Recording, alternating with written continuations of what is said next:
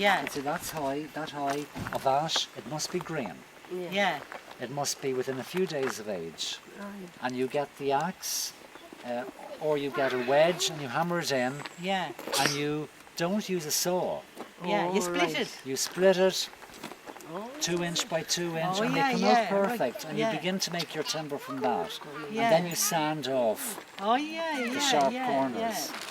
There's a fella in Enniscorthy that does turning with a kind of a lathe and it's sort of without electricity. You know, it's a real old pedal. Yeah, very pedal. good. Yeah, yeah. I've neighbours, Donald or something is his name. I've neighbours who do lathe turning down near Bantry. Oh yeah. And it's coming back. Well, I mean, oil. Oh yeah, it's gone so expensive. Yeah, yeah. Well, it's in our time it won't be there. Yeah, yeah. That's becoming, I think, quite clear at the moment. Now, is it 2 o'clock? It is. Yeah. 4 minutes past. 5 past. Well, I think we put a sign out there. Yeah. We're going on the upper walk. Yeah. And what we'll do is, I think, will we go for a little walk? Yeah. Yeah. Okay. Ted, do you want to Okay, I think I'll do a small introduction for those of us that have just joined, and I hope Katie and John don't find it all too boring. I hope not. But like, think of it this way. There was a time there was no oxygen in the world. Yeah. There was no green plants. Yeah. And then the green plants began to arrive, starting with simple slime molds and algas. Yeah. You know, the algas of the water. And then oxygen began to increase, and then life conditions were ready for us and for the other higher plants. By higher plants I mean trees that can hold themselves up and feed up through their veins and arteries up behind the bark. And then oxygen was brought to 20%. Would Kate know 20%? 1/5? Is that a bit much? John? 1/5? 20%? Can you imagine what that means? 5 fingers, there's 1/5. Okay. Think of 5 fingers and the Earth's atmosphere. 5 fingers, well, 1 thumb, okay. Yeah. 1 finger is 1/5. That's 4/5, 3/5, 2/5, 1/5. But 20% is 1 part of 5 is oxygen. So that because of the trees, they maintain oxygen levels at 20%, at a level that we can exist. If there was any more oxygen, human life would finish up within a matter of years. We'd burn out. And if there was much more or less oxygen, it would be very difficult for us to think clearly. For example, now London last week was 14%. Oh yeah. So how do you cross London in 14% oxygen? It's getting progressively difficult. In Japan and in China, on all the main streets, they've got little kiosks where every 100 or so meters you take a breath of oxygen. And Dublin at the moment is 17%. So, in other words, the message is that we've got to maintain oxygen levels, and the trees do that. Yeah. Now, there's 2 schools of thought. Some say, let's keep planting trees. Yeah. And another school of thought that I belong to is, well, let's not spend so much energy planting trees. Let's look after the trees we've got. Yeah. Let's look after those trees. Yeah. And leave them enough ground that they'll self-seed. Yeah. Do you follow that? Yeah. And I think that's a way of thinking that is going to have to come as climate gets warmer. You know, like New Orleans is long overdue. Dublin is happening. Cork is happening. It's all going to happen in our time. I mean, there's too much pollution and No, we're living in the next time. We're living in another global warming. I would say, hello, Derek. Trish. Yvonne, Gumaleschale. Excuse me. I would say what brought most of us to Ireland, if we check it all right back, be it through the Fitzwilliams or the Wentworths or the O'Byrnes or the O'Tooles, What brought us to this island, it got too hot in France and in Italy and in Spain. Now the next global warming has happened and it's getting too hot again. So now people are drifting further north again. Butterflies are a very good indicator species. We're now receiving butterflies in TINAKEELY. Last year, 3 new dragonflies not seen before here since the Ice Age. It's getting so warm. So it's not so much pollution. As I said earlier at the first talk, pollution is an issue simply because it is beneath us to throw rubbish around, to turn Wicklow's Garden of Ireland into a landfill. I mean, there's a lot of hazardous landfill sites here.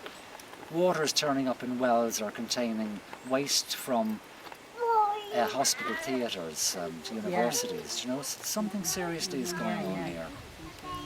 Hello, John. Hi, Ted. Hello, everyone. Do you want to take over, John? So when I talk about waters rising, I'm not so much thinking when I'm thinking of New Orleans, I'm thinking of glacial melt. There's more water not locked up in ice in our lifetime than in our great-grandfather's lifetime. And that is why there's so much more water in the cycle. The amount of water on Earth can never increase or decrease by 1 drop. It's fixed. It's locked up in glaciers and ice caps. But the warming is happening again. Now, what's causing the warming? That is another issue, Jerry. What's causing the warming? Insurance companies are saying it is not caused by human agency. See, if it's caused by human agency, it's not an act of God. And there's no insurance cover if it's an act of God. It's a very legal issue. So at the moment, governments are very anxious to insist that we're not the cause of climate change, that it is a natural phenomenon, or a natural feature of the Earth's evolution, the Earth's development. Something that we can do is we can alleviate the consequences by thinking native. And as I said earlier, that is something that the gentry did pass down to this generation. We think of all the wealth that they took out. We talked of Wentworth earlier. I described him, the history book describes him as a man who had no favourites. He hated everyone. He hated Catholic and Protestant. He particularly hated Presbyterians. He was the Lord Viceroy of Ireland. He created the Coolatin estate. And then through him the Rockinghams, and then through him the Fitzwilliams. So the Fitzwilliams were the last family to live here. This afternoon's talk is about really woodland management and trying to find out what do we mean when Brian Cowan and Charlie McCreevy and Martin Cullen and Dick Roach talk of sustainable development. What does sustainable mean?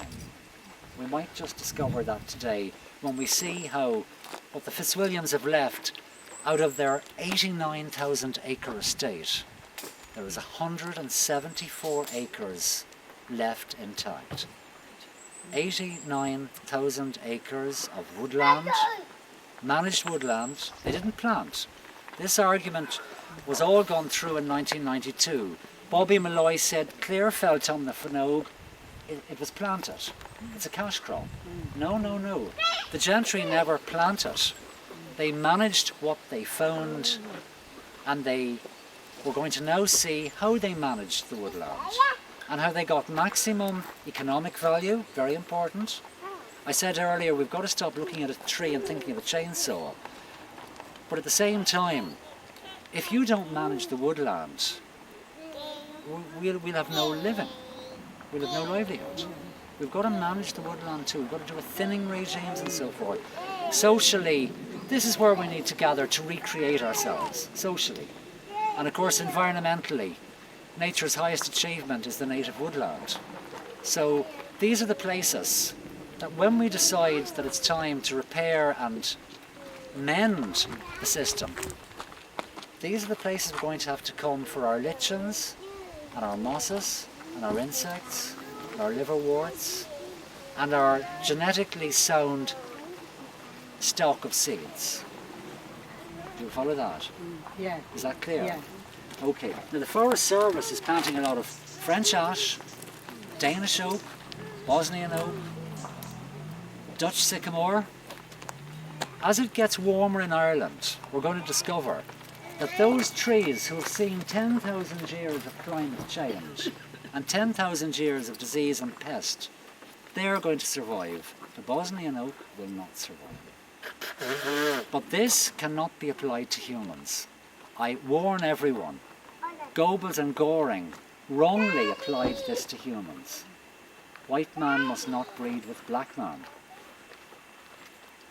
Aryan must not breed with Celt. That was called eugenics. That's a whole other, that's a problem. When I see a black man on the street of Macroom, we have one black man in Macroom. We have 600 Poles. But when I see a black man or a black woman, they've got the melanin that we have lost. We have the highest skin cancer in Europe, as you know, the Celtic race. So they are carrying something. We could send them all back to Ghana and Nigeria. We're sending, then we turn into an Easter Island. Then we do exhaust genetically ourselves. We haven't had new genetic stock really since the last major impregnation was the Cromwellian period. Most people here would have Cromwellian blood.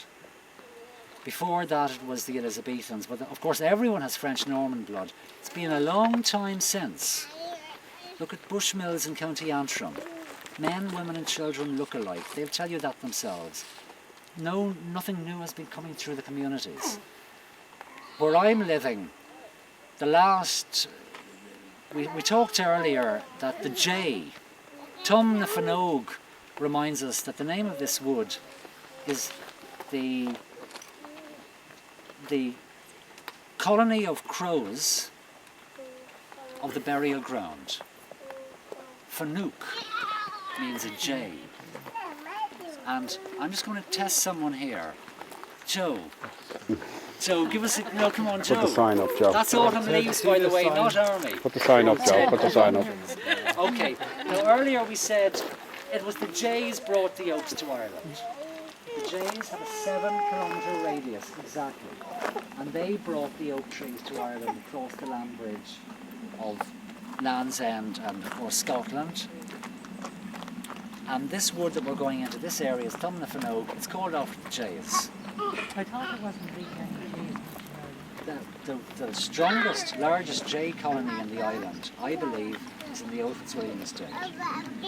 And that tells us that the jays are waiting to bring oaks back out into the countryside along the hedgerows, but the hedgerows have been taken out. I'll remind you of something, and can we walk as I talk? I'll just remind you of something I heard, was it 1972? And was it T.J. Marr?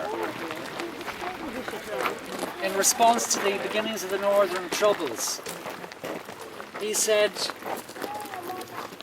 we'd have our 6 counties, let them go to hell. Quote, I think it's quoted, let them go to hell. We'll have our own 6 counties if we bulldozed every hedgerow and tree in our little state. That was the thinking in the 70s. Don't mind them, let them fight it out. Just blow away the hedgerows and you already have so many more hundreds of acres. In fact, thousands and thousands of acres of extra land. But Cynthia, as a farmer, would you appreciate that if you remove the hedgerows, do you know the value of a hedgerow? We know the value of the hedgerow, yes, they're everywhere. We haven't got them down. But you haven't bulldozed them? No. Very good. Last year we lost 200,000 cattle in the state. 200,000 cattle. Nothing says you. Because that's out of 8 million. What's 200,000? Most of those died of sunstroke. We can't get Teagasc, in fact, to tell us that fact. But the Frisians and the Blondies and the Limousines and the Senentals, they haven't the skull. But do you know what cattle do have the skull for the new emerging conditions? Do we know any Irish cattle? Kerrys, the Drimmons, the Boreacs, the Rowans, the Shorthorns. they have a skull as thick as any politician has. Now, oh God, I hope there's no politicians. Right, okay. And I'm not attacking either fine fail or fine jail. Right, will we go, Jerry? Please.